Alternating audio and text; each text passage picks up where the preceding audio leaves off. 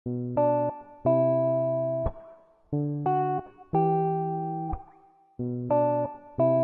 таңыңыз қалай басталады? Бір шыны кофе ішесіз бе, әлде бір шыны шай ма? Бәлкім бір стақан жылы су ішерсіз. Аш қарынға су ішу қытайлықтардың дәстүрлі іс-шарасы саналады екен. Қытайда аш қарынға ең алдымен жылы су ішу міндетті. Тіпті олар термосқа жылы суды құйып алып жүреді екен, жүрген жерінде ішіп жүру үшін. Сонымен қатар кез келген мейрамханаларда қайнаған су сұрап ішуге болады. Бұл олар үшін үйреншікті жағдай болып қалыптасқан. Қытайлықтардың түсінуінше бір стақан жылы су ағзадағы зиянды шлактар мен токсиндерді шығарып, иммунитетті нығайтады, көңіл күйді көтеріп, зат алмасуды жақсартады, арықтауға көмектеседі, ісікті кетіреді. Бұдан бөлек жасаруға да септігін тигізіп, ішек жұмысын қалыпқа келтіреді. Неге аш қарынға жылы су ішуіміз керек? Адам ағзасының ішкі температурасы 38 градусты құрайды. Сол себепті де салқын немесе бөлме температурасындағы суды ішкенде ас қорыту жүйесіне ауырлық түседі. Себебі ағза суды 38 градусқа дейін жылыту керек. Бір сөзбен айтқанда, жылы су ағзаға өте пайдалы су саналады. Адам ұйықтап жатқанда ағза барынша жұмыс істейді. Әсіресе өтіміз, күнімен жиналған зиянды токсиндер мен шлактар ыдырай бастайды. Осылардың бәрі таңертең жылы сумен айдап шығару керек болады. Таңертең аш қарынға ішкен жылы су ішек қарын аймағына жиналған шырышты жуады. Ішектің қабырғаларын тазалап, ондағы токсиндерді айдайды. Соның ішек қарын жүйесі іске қосылып, ары қарай жүре бастайды. Иммунитетті нығайтады. Ішек адам ағзасындағы иммунды мүшелердің бірі. Жылы су оның жұмысын жақсартып, үнемі тазартып отырады. Сонымен қатар, жылы судағы қажетті нәрлі заттардың тасымалдайтын лимфа жүйесінің жұмысын жылдамдатады. Мұның иммундық жүйе үшін пайдасы өте зор. Көңіл күйді көтереді. Расында да жылы су көңіл күйді көтереді. Жылы су ағзадағы кейбір гормондардың түзілуіне септігін тигізеді екен. Әсіресе қуаныш гормоны саналатын эндорфин гормоны түседі. Бас ауырып тұрғанда жылы су ішетін болсаңыз, ауырғаны басылып, көңіл күйіңіз көтеріліп шыға келеді. Зат алмасуды жақсартып, арықтауға көмектеседі. Диетологтар бұл болжамды растап отыр. Жылы су ішек қарын арқылы өтіп, зат алмасу жүйесін 3 есеге арттырады екен. Осындай жылдамдықты арқасында ағзадағы тіндер кислородпен қанығып, көбірек калория жоғалтатын болады. Сөйтіп, сіз де арықтай бастайсыз. Тіпті мұндайда ең проблемалы аумақтар бел, бөксе, сондағы майлар да жиырылады. Ісінуді басады. Жылы су ешбір қоспасыз ақ несеп айдайтын қасиетке ие. Көбінде адамдар су ішуден бас тартып жатады. Әсіресе мидан сигнал келген кезде, шөлдеген уақытта әрдайым жылы су ішіп жүру дағдыланған дұрыс. Егер сіз күн сайын таңертең аш қарынға жылы су ішетін болсаңыз, аз күнде ақ ісіктің басылғанын байқайсыз.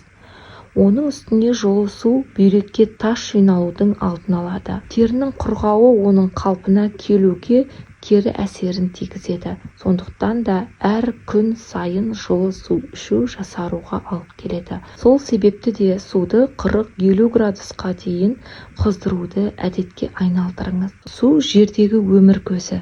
Судың адам денсаулығына пайдасы өте көп.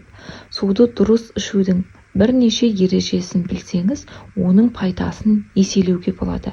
Күнде таңертең аш қарынға 1 стақан жылы су ішуді әдетке айналдырсаңыз, ағзада жағымды өзгерістер орын алады. Дәл қазіргі уақытта көптеген адамдарда аурулардың сан алуан түрлері көбейіп кетті. Олардың өт қабының ауруларының белгілері.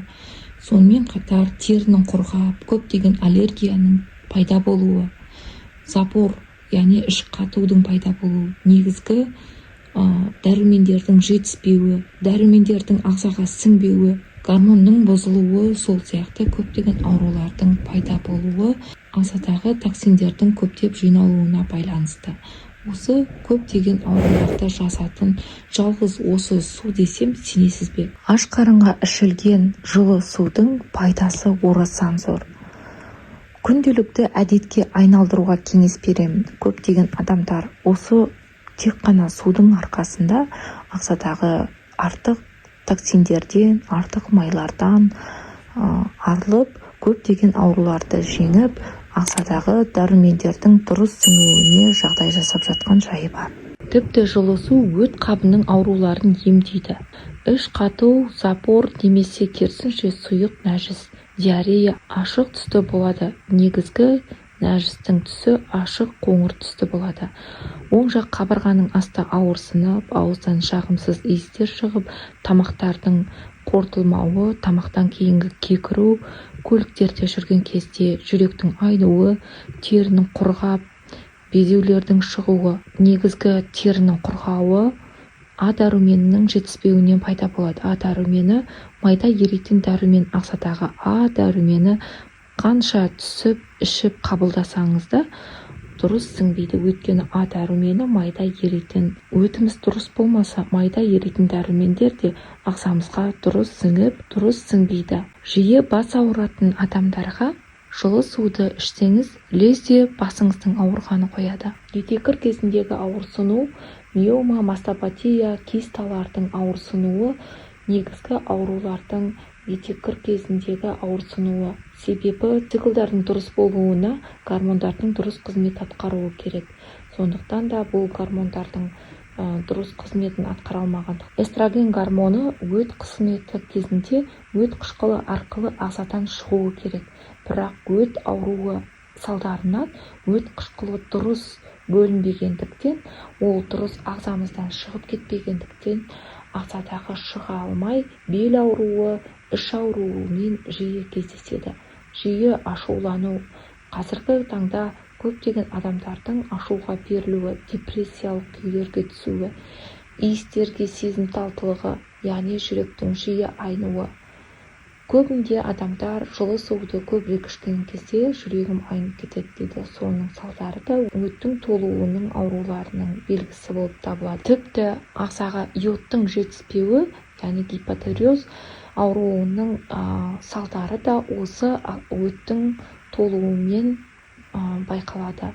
Яғни осы өтімізді, іштегі жиналып қалған майларды, токсиндерді, асқазандағы қорытылмай қалған астарды сыртқа шығару үшін осы жылы судың пайдасы өте көп. Йодтың ағзаға дұрыс сіңбеуі де осы өттің дұрыс жүрмеуіне байланысты. Егер жылы су ішсеңіз, ағзаңызға йодтың дұрыс түсуіне де жағдай жасайсыз.